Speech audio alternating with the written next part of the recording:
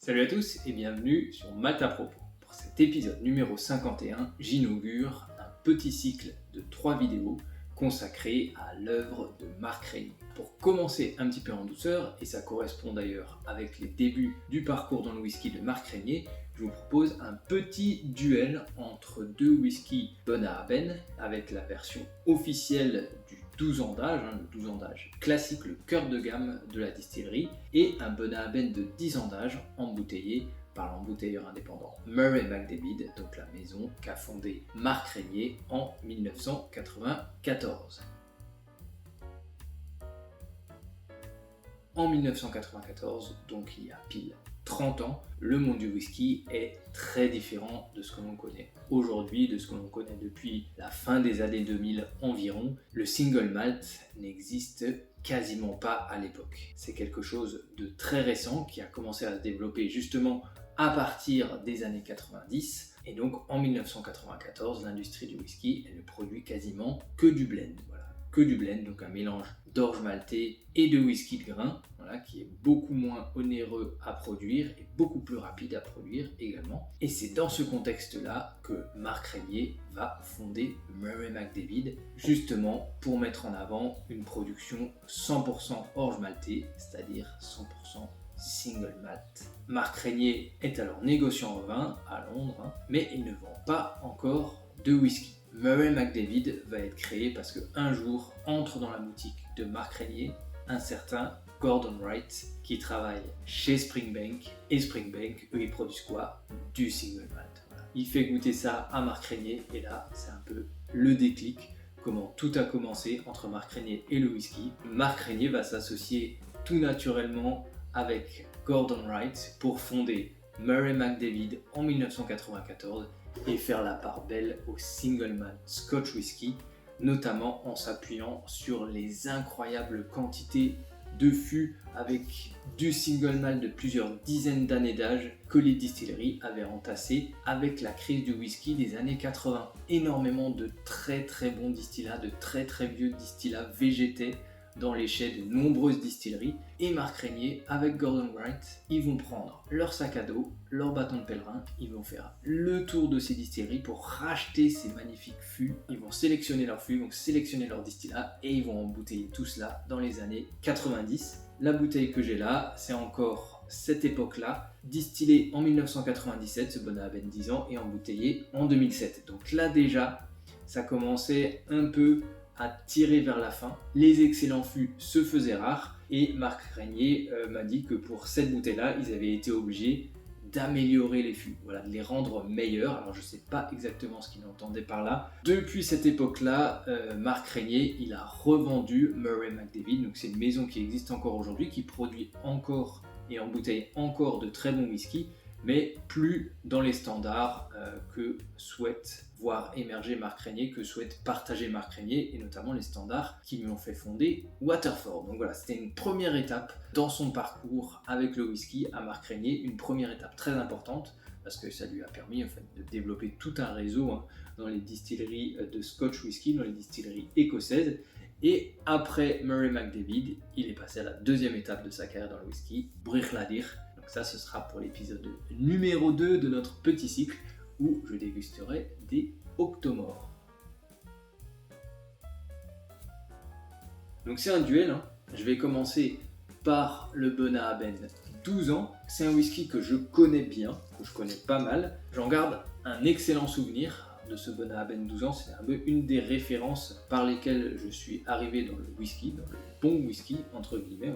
Comme chacun sait, il a la particularité d'être produit sur Islay et de n'être presque pas, très peu tourbé. Mais apparemment, les Bunnahabhain 12 ans qui sortaient il y a quelques dizaines d'années n'étaient pas du tout tourbés. Là, il l'est très légèrement tout de même. Et donc oui, c'est un whisky qui m'avait laissé un très bon souvenir et qui pour moi fait partie des références dans sa gamme de prix, c'est-à-dire environ 50, plutôt 60 euros. Aujourd'hui, 50 euros, c'était il y a quelques temps maintenant.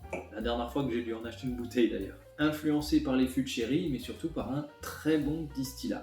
C'est ce dont je me souviens en tout cas, la qualité du distillat Bunnahabhain. Souvent le 12 ans ne fait pas partie des favoris des amateurs de whisky parce qu'ils lui préfèrent ses cousins tourbés. Voilà, il y a des entrées de gamme tourbées qui sont très très bien chez Bonahaben, et notamment le Tuatha Udda et le Struiderir.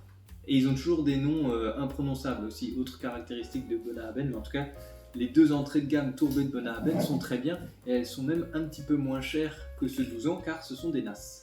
Je vous l'avais déjà montré, mais voilà, j'ai fait ma groupie, j'ai fait signer cette petite bouteille par le maître himself. Quelle particularité il a ce Bonahaben 10 ans, à part qu'on lui a refait un peu les fûts en cours de route. Vieilli en ex-fût de Bourbon de premier remplissage d'abord, puis fini en ex-fût de Porto. Pas un finish après lequel je cours, le vieillissement, le finish en fût de Porto. En général, je suis pas trop fan, j'ai eu de nombreuses mauvaises expériences avec ça parce que c'est souvent mal maîtrisé. Là, je l'ai acheté pourquoi? Parce que déjà c'était Marc Régnier, dans la bonne époque de Marc Régnier, donc je me suis dit que je prenais pas trop de risques, mais surtout c'était une des bouteilles les moins chères. Les autres, les meilleures bouteilles, en fait, c'était des trucs de 20-30 ans d'âge, voilà, des distilleries pas forcément très connues, mais voilà, 20-30 ans d'âge, avec des fûts de très bonne qualité, ça va chercher très vite assez loin au niveau du budget. On va pouvoir passer à la comparaison. Déjà, voyons si je trouve le Bonahaben 12 ans aussi bon que dans mes souvenirs.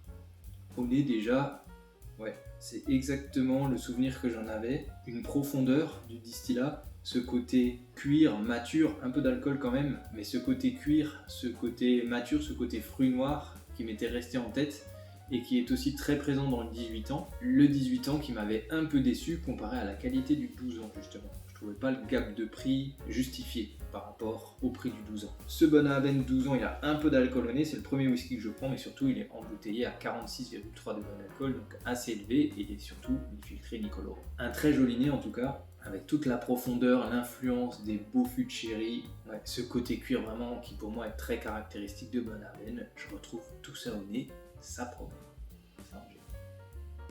C'est bien le souvenir que j'en gardais. C'est un whisky qui est à la fois puissant en bouche, qui recouvre bien le palais. Il est rond quand même, il est mielé, une toute fine pointe de fumée qui pourrait passer pour un côté maritime qui vient titiller la langue. Juste ce qu'il faut pour moi, voire même un peu en dessous de ce qu'il faut, car maintenant que j'ai une tolérance un peu plus élevée à la tourbe, j'apprécie même les whiskies qui sont moyennement, voire très tourbés, si c'est pas au détriment du profil aromatique. Et là on a surtout ce côté cuir, ce côté fruit noir, cette petite amertume du sherry, voilà, tout ce que j'aime bien, mais ça reste très équilibré avec l'apport des ex-fûts de Bourbon et du distillat, parce qu'on a tout de même cette douceur, ce côté mielé, ce côté caramel, voilà. Le petit bémol peut-être pour moi, la texture qui n'est pas aussi onctueuse que ce que je me rappelais. Tout petit bémol pour ce whisky, mais ça reste très belle référence, ce Bonahaben 12 ans.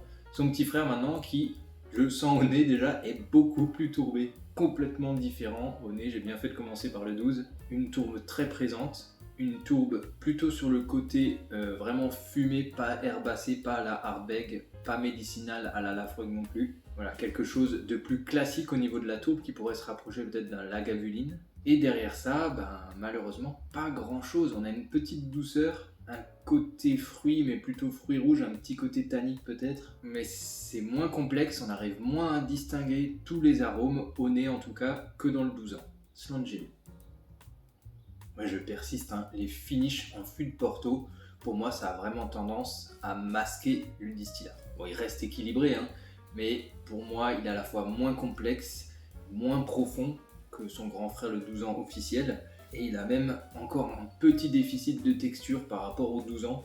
Il est assez aqueux en bouche. Pour le moment, j'ai une nette préférence sur le Bonahaben 12, sachant que là, on a une tourbe qui est bien plus présente. Le distillat a disparu, le côté doux mielé est beaucoup moins présent dans celui-ci, et il laisse la place à quelque chose de beaucoup plus restreint, réfréné, j'ai envie de dire, avec quelque chose d'un petit peu tannique sur les fruits noirs également, moins riche, voilà, c'est exactement le terme qu'il faut, je pense. Doux, mielé, avec des fruits un peu moins mûrs, un peu moins noirs dans le Bonahaben 12, qui moi me correspond plus. Il y a même un petit côté épicé maintenant que l'alcool s'est évanoui. Je vois tout à fait pourquoi ce whisky il m'avait énormément plu il y a quelques années, parce qu'il y a quelques années, mes références c'était par exemple le Redbreast 12 ans et le Highland Park 12 ans.